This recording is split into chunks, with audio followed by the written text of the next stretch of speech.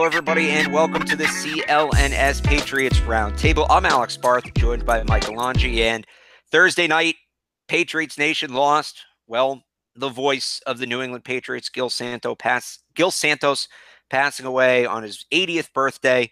And, of course, we want to send our best wishes to his friends and family. But, for somebody like me, and Mike, you too, a lot was talked about yesterday that Gil was kind of always the feather in the cap when the Patriots franchise in the 60s and the 70s and the 80s was a bit of a joke. Gil always brought that level of professionalism and was kind of the diamond in the rough of the franchise. But for us, watching those Super Bowl DVDs over and over and the team yearbooks, he always will be the voice of that dynasty. His voice is attached to so many of those moments from our childhood that you can just close your eyes and every single inflection, every single letter that he said at any given moment.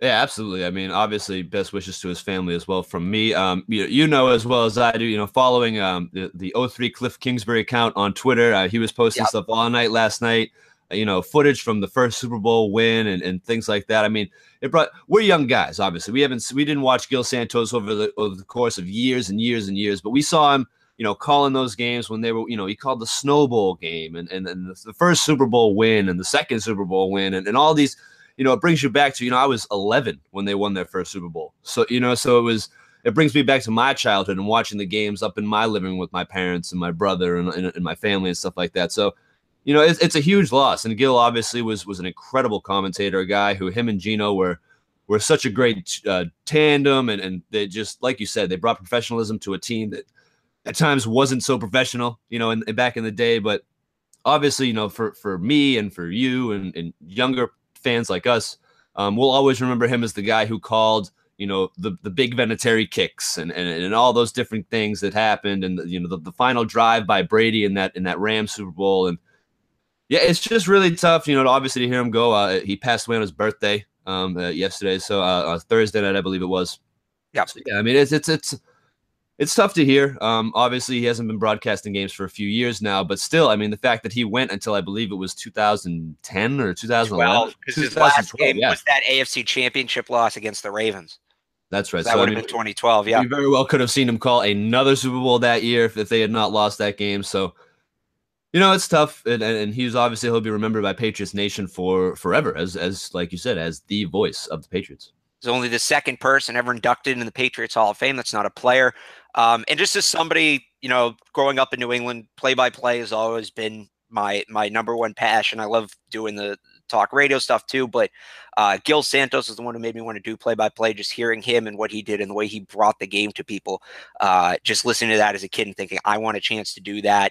The greatest compliment I ever received was somebody telling me that my style of calling football had a little bit of Gil Santos in it. So, just listening back to his calls, it's not just the voice. I mean, the voice is iconic, but his ability to paint a picture, direct snap to Brady, shoots it long and deep. We all remember those phrases.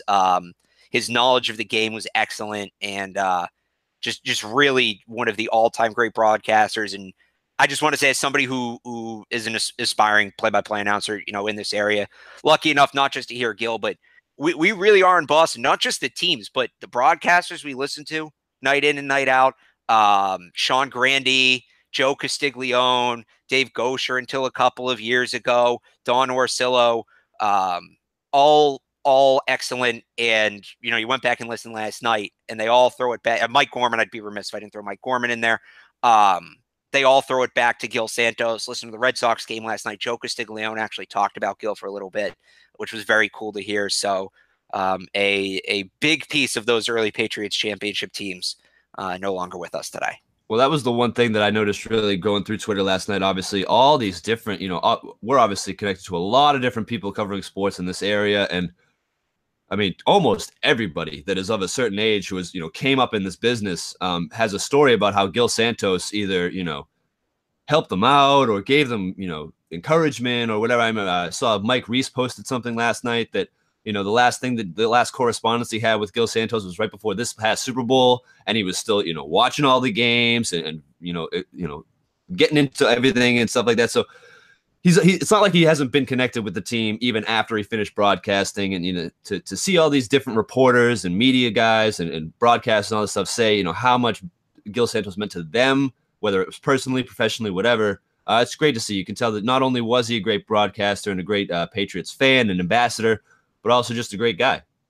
So again, Gil Santos, longtime voice of the New England Patriots, passes away Thursday night at 80 years old. I want to thank you for checking out this roundtable.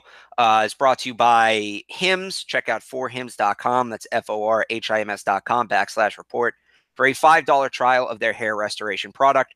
For more things Patriots, you can check us out online, clnsmedia.com, or on Twitter at PatriotCLNS. For Mike Alongi, I'm Alex Barth. Thanks for watching.